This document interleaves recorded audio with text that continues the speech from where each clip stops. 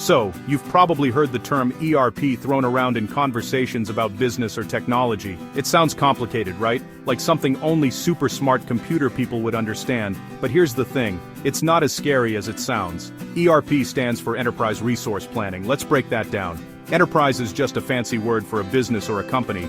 Resource means all the stuff a company uses to do its work. Money, materials, people, machines, you name it. And planning is, well, planning. It's about figuring out the best way to use all that stuff to make and sell things. So, an ERP system is basically a giant, super organized computer program that helps a company manage all its important parts in one single place. Imagine a company that makes bicycles. It needs to buy metal for the frames, rubber for the tires, and plastic for the seats. It needs people to put the bikes together. It needs other people to sell the bikes to stores, and it needs someone to keep track of all the money coming in and going out. Before ERP systems, all these different departments often use their own separate computer programs, or even just paper notebooks. The sales team had their list of orders, the factory had its own production schedule, and the accounting department had its own set of books. This could get very, very messy. An ERP system is designed to clean up that mess and get everyone on the same page. So why is this so important? Why do companies spend millions of dollars on these massive software systems? Because in today's fast-moving world, being efficient is everything. A company can't afford to make mistakes like ordering too much material and wasting money, or not having enough bikes to sell when customers want them. An ERP system acts like the central brain of the company. It connects all the different limbs, the factory, the warehouse, the sales office, the HR department, and makes them work together smoothly. It gives managers a clear, real-time picture of everything that's happening, so they can make smart, fast decisions to keep the business running well. Think of it like being the captain of a huge ship. You wouldn't want the engine room, the navigation deck, and the cargo hold all operating independently without talking to each other, would you? That would be a recipe for disaster. You need a single command center that gives you all the information you need to steer the ship safely and efficiently to its destination. That's what an ERP system does for a business. It provides that central command center, ensuring that every part of the company is working in harmony towards the same goals. It's not just software, it's a whole new way of running a business. A revolution in a box.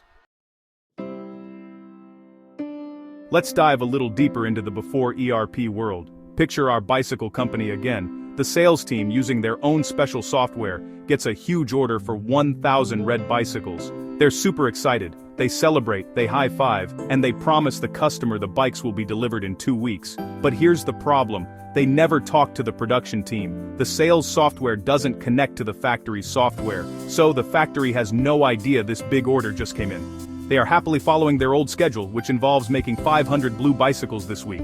This is a classic case of what we call information silos. Each department is an island, with its own data and its own plans. Now, the problem gets bigger. The sales team finally emails the order over to the production manager. The manager looks at the order for 1,000 red bikes and panics. She checks her inventory system, another separate program, and sees they don't have enough red paint. In fact, they only have enough for 100 bikes. So she has to tell the purchasing department to order more paint, fast. The purchasing team, using their own spreadsheets, finds a supplier and orders the paint. But because it's a rush order, it costs more. Meanwhile, the factory floor has to stop making blue bikes and switch everything over to make red ones, which causes delays and confusion for the workers. And it doesn't stop there. The accounting department is still in the dark. They are working with last month's numbers and think the company has a certain amount of cash. They don't know that the purchasing department just spent a lot of extra money on emergency red paint. Later, when the bills come in, the accountants will be surprised and might have trouble paying them. On top of that, the Human Resources Department has scheduled training for half the factory workers next week, not realizing there's a huge, urgent order that needs to be completed. The customer who ordered the bikes is getting impatient, and the sales team has to make an awkward phone call to say the delivery will be late. This whole mess is a direct result of different systems not talking to each other. It's like a group of people trying to build a house, but each person has their own separate blueprint. The person laying the foundation has one plan, the person building the walls has another, and the person installing the windows has a third. The result would be a very strange and unstable house, if it could even be built at all. This lack of communication and shared information leads to wasted time, wasted money, unhappy customers, and stressed out employees. This is the exact problem that ERP systems were invented to solve. They were designed to tear down those information silos and give everyone the same single blueprint to work from. So, how does an ERP system actually fix the chaos we just described? The core idea is brilliantly simple: integration. An ERP system takes all the different software programs that a company's departments use separately, for sales, for accounting, for manufacturing, for HR, and combines them into one single, massive, interconnected system. But the most important part, the real secret sauce, is that all these different parts of the system use one central database. Think of a database as a giant, super smart filing cabinet. In the old chaotic way, every department had its own filing cabinet. With an ERP, everyone in the company now shares the same single enormous filing cabinet. Let's replay our bicycle company story, but this time, they have an ERP system. The sales team gets that big order for 1,000 red bicycles. They enter the order directly into the ERP system. The moment they hit save, everything changes. The system automatically checks the inventory module and sees there isn't enough red paint. Instantly, it sends an alert to the purchasing department, telling them exactly how much paint to order. It might even suggest the best supplier based on price and delivery time. The system also checks the production planning module. It sees the new order and automatically adjusts the factory's schedule, pushing the red bike order to the front because it's a priority. The magic continues. The production schedule is updated, so the factory manager and the workers on the floor see the new plan on their computer screens immediately. They know exactly what to do. The system also checks the HR module and sees that training is scheduled for next week. It flags this as a conflict, sending an alert to the HR manager and the production manager so they can reschedule the training for a better time. And what about the accounting department? They don't have to wait for bills to come in. The moment the purchasing department creates the order for the paint in the ERP system, the accounting module knows that money will be spent. It can see the future, in a way. This single shared database is the heart of the ERP system. It creates what we call a single source of truth. There's no more arguing about whose numbers are correct. The sales team can't promise a delivery date the factory can't meet because the system won't let them. The production team can't say they didn't know about an order because it's right there in their schedule. Everyone is working with the same up-to-the-minute information. This eliminates endless emails, confusing spreadsheets, and frustrating phone calls. It replaces chaos with order and guesswork with real, solid data. It transforms the company from a collection of disconnected islands into a single, unified continent. An ERP system is a huge piece of software, but it's not just one big program. It's actually made up of many different parts, which are called modules. Each module is designed to handle a specific part of the business. Companies can choose which modules they need. Kind of like building a custom house with different rooms. Let's look at some of the most common and important modules. First, we have production planning. This is the brain of the factory. It helps the company plan what to make, how much to make, and when to make it. It manages the entire process, from getting the raw materials to the final product rolling off the assembly line. Next up is logistics and supply chain management. This module is all about movement. It manages how raw materials get from suppliers to the factory. This is the supply chain part. It also handles how finished products, like our red bicycles, get from the warehouse to the customers. This includes things like managing warehouse inventory, choosing the best shipping methods, and tracking packages to make sure they arrive on time. A good logistics module helps a company save money on storage and shipping, and it keeps customers happy by delivering their orders quickly and reliably. It's the part of the ERP that connects the company to the outside world of suppliers and customers. Then we have the module that everyone, especially the government, cares about: accounting and finance. This is the scorekeeper for the business. It tracks all the money. It handles everything from paying the bills, accounts payable, and collecting money from customers, accounts receivable, to managing the company's overall budget and creating financial reports. Because it's connected to all the other modules, the information is always accurate and in real time. When the sales team sells a bike, the accounting module knows immediately. When the purchasing team buys paint, the accounting module knows that too. This gives managers a true picture of the company's financial health at any moment. Finally, we have two more crucial modules. The Human Resources module helps manage the company's most important resource, its people. It handles things like payroll, employee records, vacation time, and benefits. It can also help with hiring and training. And last but not least, there's the Sales and Order Management module. This is where the whole process begins. It's what the sales team uses to enter customer orders, manage customer relationships, and track sales performance. When an order is entered here, it kicks off a chain reaction throughout the entire ERP system, telling the factory what to build and the warehouse what to ship. Together, these modules form the backbone of the modern business. If we were to boil down the essence of an ERP system to its most fundamental principles, we could talk about 3 golden rules. The first, and most important, is integration. We've talked about this already, but it's worth repeating because it really is the whole point. An ERP system is not just a collection of different software tools bundled together. It's a single, cohesive system where the different parts are designed from the ground up to work together. The sales module doesn't just send an email to the production module, it directly updates the same production schedule that the factory manager sees. This seamless flow of information is what makes an ERP so powerful and so different from just having a bunch of separate apps. The second golden rule is the central database. This is the technical heart that makes integration possible. As we discussed, instead of every department having its own set of records, the ERP system forces everyone to use one single shared source of data. This has a huge impact. It eliminates redundant data entry, which saves time and reduces errors. No longer does a sales assistant have to type a customer's address into the sales system, and then an accounting clerk has to type the same address into the billing system. You enter it once, and it's there for everyone who needs it. This single source of truth ensures consistency and trust in the data across the entire organization. The third golden rule is a bit different, and honestly, it's often the hardest for companies to follow. It is the need to change business processes. You see, an ERP system is not just a piece of software you install and forget about. It comes with its own built-in way of doing things, based on the best practices of thousands of companies. So when a company adopts an ERP system, it often has to change the way it works to match the software. This can be very difficult. People are used to doing their jobs in a certain way, and well, they don't always like to change. The company has to be willing to rethink its old habits and embrace the new, more efficient processes that the ERP system enables. This third rule is why implementing an ERP system is such a big project.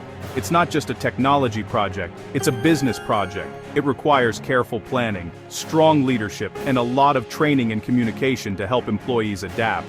A company can't just pave over its old, messy cow paths with new technology.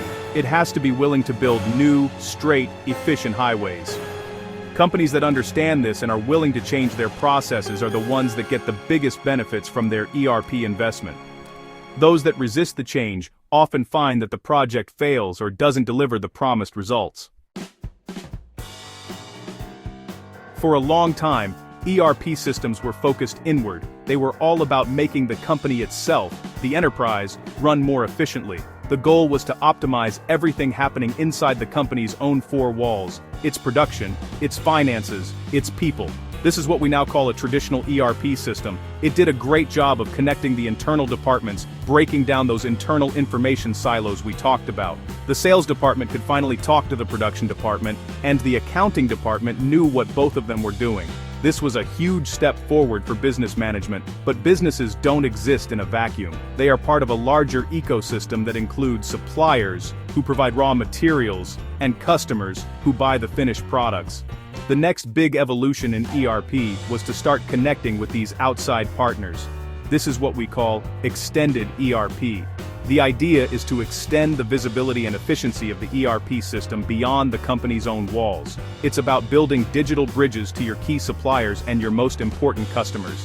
This creates a much more responsive and collaborative supply chain, where information flows freely not just within the company, but between companies. So what does this look like in practice? On the supplier side, we have something called supply chain management, or SCM, systems. When integrated with the ERP, an SCM system can automatically share production and inventory information with your suppliers. For example, our bicycle company's ERP system could see that it's running low on rubber for tires. Instead of a person having to place an order, the system could automatically send a request to the tire supplier's system. The supplier's system would then confirm the order and schedule the delivery. This makes the whole process faster, cheaper, and less prone to errors. It's like your suppliers can see into your warehouse and anticipate your needs. On the customer side, we have Customer Relationship Management, or CRM, systems. A CRM system is all about managing every interaction the company has with its customers. When integrated with the ERP, it becomes incredibly powerful. The sales team can use the CRM to track leads and manage customer contacts. The marketing team can use it to run campaigns. But, because it's connected to the ERP, a salesperson can also see a customer's entire order history, check the status of a current order in the factory, and know if they have any unpaid bills, all from one screen. This allows the company to provide much better, more personalized customer service, which leads to happier, more loyal customers. Once a company has its ERP system running smoothly, managing all the day-to-day operations, a new question arises. Are we doing well? Are we meeting our goals? Just having a lot of data about what's happening isn't enough. You need a way to make sense of that data, and use it to steer the company in the right direction. This is where Enterprise Performance Management, or EPM, comes in. If an ERP system is the engine of the car, making sure all the mechanical parts work together, then an EPM system is the dashboard and the GPS. It tells you how fast you're going, how much fuel you have, and whether you're on the right road to reach your destination. EPM software sits on top of the ERP system. It takes all that detailed operational data from the ERP, like sales figures, production costs, and inventory levels, and transforms it into high-level information that managers and executives can use to make strategic decisions. The main job of EPM is to help the company with things like planning, budgeting, and forecasting. For example, at the beginning of the year, company leaders use the EPM system to set financial goals and create a detailed budget for every department.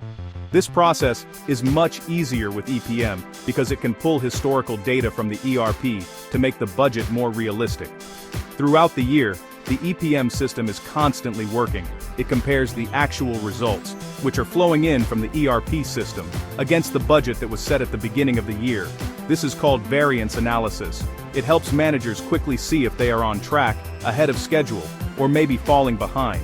If the sales department is selling far more than expected, the EPM system will highlight this. This allows managers to ask important questions. Why is this happening? Do we need to increase our production forecast? Do we need to hire more salespeople? It helps them manage the business proactively, not reactively. But EPM is not just about looking at the past and the present, it's also about looking into the future. EPM tools are used for forecasting, which is the process of predicting future business results. By analyzing historical trends and current market conditions, an EPM system can help a company predict things like how much it will sell in the next 3 months, or what its costs are likely to be. This helps executives make better long-term decisions about where to invest money, which new products to develop, and which new markets to enter. In short, EPM helps turn the raw data from the ERP into actionable intelligence that guides the company toward its strategic goals.